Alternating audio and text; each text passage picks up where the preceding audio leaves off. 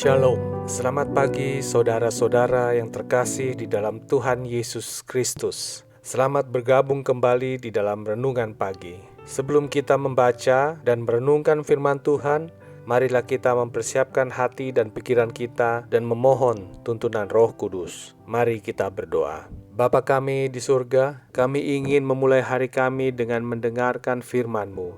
Kami mohon pimpinan Roh Kudus untuk membuka hati dan pikiran kami, supaya kami mampu untuk mengerti firman-Mu dan melakukannya di dalam hari-hari kami, agar kami dapat memuliakan nama-Mu melalui perbuatan kami. Datanglah ya Roh Kudus, kami siap mendengarkan. Amin. Saudara-saudara yang dikasihi Tuhan, renungan firman Tuhan hari ini terambil dari Amsal 6 ayat 6 sampai yang ke-11. Saya akan membacakannya untuk kita. Hai pemalas, pergilah kepada semut, perhatikanlah lakunya dan jadilah bijak. Biarpun tidak ada pemimpinnya, pengaturnya atau penguasanya, ia menyediakan rotinya di musim panas dan mengumpulkan makanannya pada waktu panen. Hai pemalas, berapa lama lagi engkau berbaring? Bilakah engkau akan bangun dari tidurmu?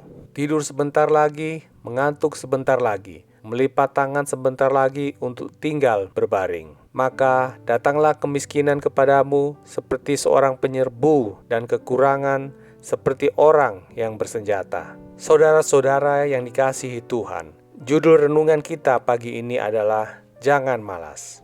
Saudara-saudara, dalam hidup kita sehari-hari, kita melihat ada banyak orang yang rajin bekerja, bahkan bekerja keras sampai larut. Setidak-tidaknya ada 5 sebab mengapa orang bekerja atau bekerja keras. Orang bekerja karena adanya tanggung jawab dan komitmen, sehingga mau tidak mau, seseorang harus bekerja demi membayar segala kebutuhan, setidak-tidaknya kebutuhan pokok yang tidak bisa dihindari. Ada juga orang yang rajin bekerja karena dia suka melakukan hal yang dilakukannya. Hal yang dikerjakannya itu dapat memberikan kegembiraan kepadanya. Misalnya, kita melihat seseorang sangat rajin bekerja di restoran. Mungkin karena ia suka dengan dunia kuliner atau ia suka melayani tamu-tamu. Hal tersebut memberikan kegembiraan kepadanya. Atau seorang yang senang bekerja di bidang teknologi akan bersemangat bekerja untuk menemukan hal-hal baru. Dan kalau ia berhasil menciptakan sesuatu yang baru dan berguna untuk kemanusiaan, ia merasakan kepuasan tertentu.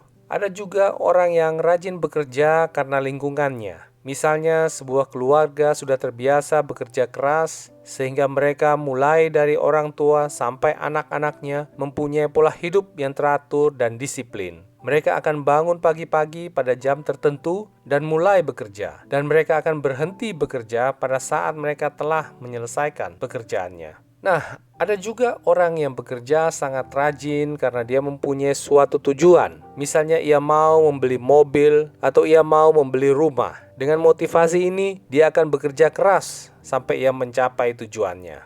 Ada lagi orang bekerja keras karena butuh pengakuan. Hal ini sering kita lihat dalam organisasi yang memberikan penghargaan tertentu untuk karyawannya yang mencapai prestasi tertentu, sehingga karyawan tersebut akan mendapatkan kompensasi yang bisa ia banggakan dan prestasi tersebut menjadi gengsi tertentu baginya atau menjadikan ia bergabung dalam kelompok elit. Pengakuan kelas sosial seperti ini memberi rasa puas bagi sebagian orang. Alangkah baiknya jika semua orang bekerja dan rajin bekerja. Namun saudara-saudara, kita juga melihat banyak sekali orang yang malas bekerja dan bahkan tidak mempunyai keinginan bekerja. Mengapa kemalasan ini terjadi pada sebagian orang?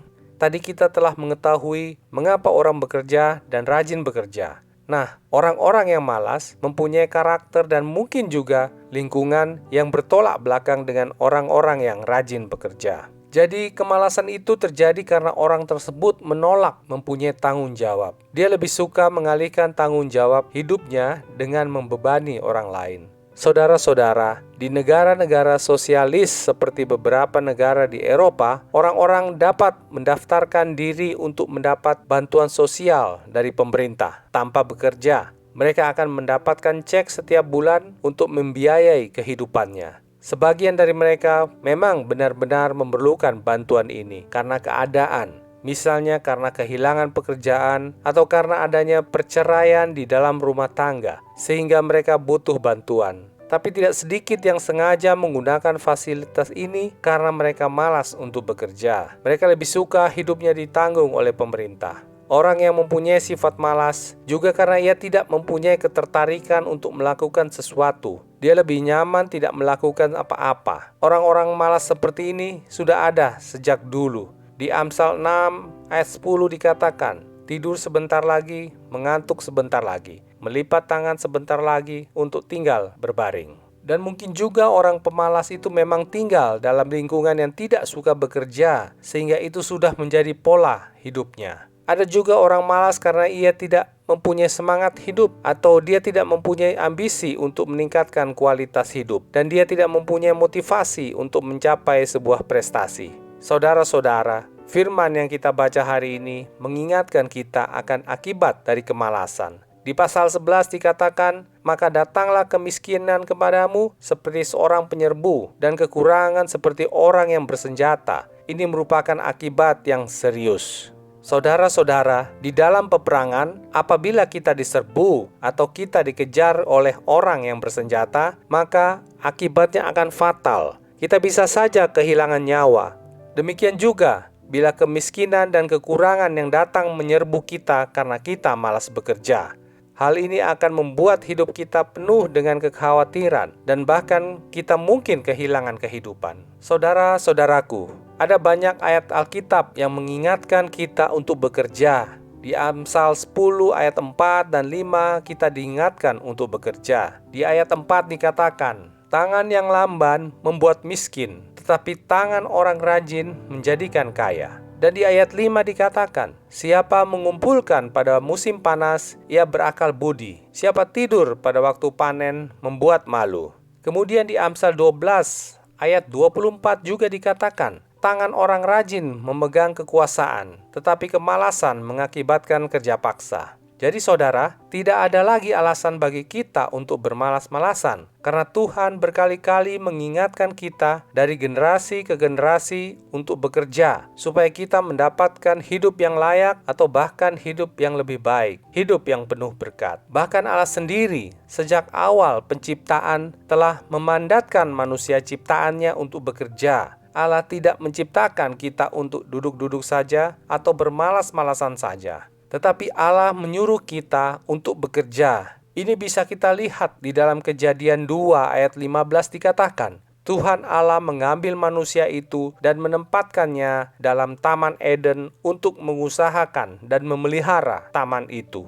Oleh karena itu saudara-saudara, marilah kita bekerja, lawanlah sifat malas. Ingatlah, firman Tuhan yang mengatakannya, dan kita akan berbuah, bahkan berbuah banyak, dan menjadi berkat bagi orang lain. Mari kita berdoa. Bapa yang baik, terima kasih atas firman hari ini. Engkau mengingatkan kami kembali untuk bekerja dan menghasilkan buah. Kami sadar Bapa, terkadang kami malas untuk melakukan pekerjaan yang mengakibatkan keadaan buruk dalam hidup kami. Ajar kami Tuhan untuk selalu melakukan firman-Mu, supaya kami boleh menerima berkat-berkat-Mu, bahkan kami bisa memberkati sesama kami. Kami juga membawakan ke dalam tangan pengasihan-Mu, saudara-saudara kami yang saat ini sedang mengalami pencobaan. Kami mohon Tuhan datang menolong dan memberikan kekuatan. Juga bagi mereka yang kurang sehat, Tuhan jamah dan berikan kesembuhan. Kami juga terus memohon pimpinan tangan Tuhan untuk negara kami, supaya negara kami dapat mengatasi hambatan-hambatan dengan baik dan bisa terus berkembang dan menjadi negara yang memberikan kenyamanan hidup bagi semua rakyatnya. Inilah doa dan permohonan kami pada hari ini ya Tuhan. Kami percaya Tuhan mau memberi telinga untuk doa kami. Di dalam nama yang kudus, nama Tuhan Yesus kami berdoa. Amin. Saudara-saudara, mulailah harimu dan muliakanlah Tuhan di dalam setiap aktivitasmu dan jadilah saksi hidup bagi firman-Nya. Kiranya kasih dan anugerah Tuhan senantiasa melimpah di dalam kehidupan kita. Roh Kudus menyertai kita semua sampai berjumpa kembali di renungan berikutnya. Tuhan Yesus memberkati.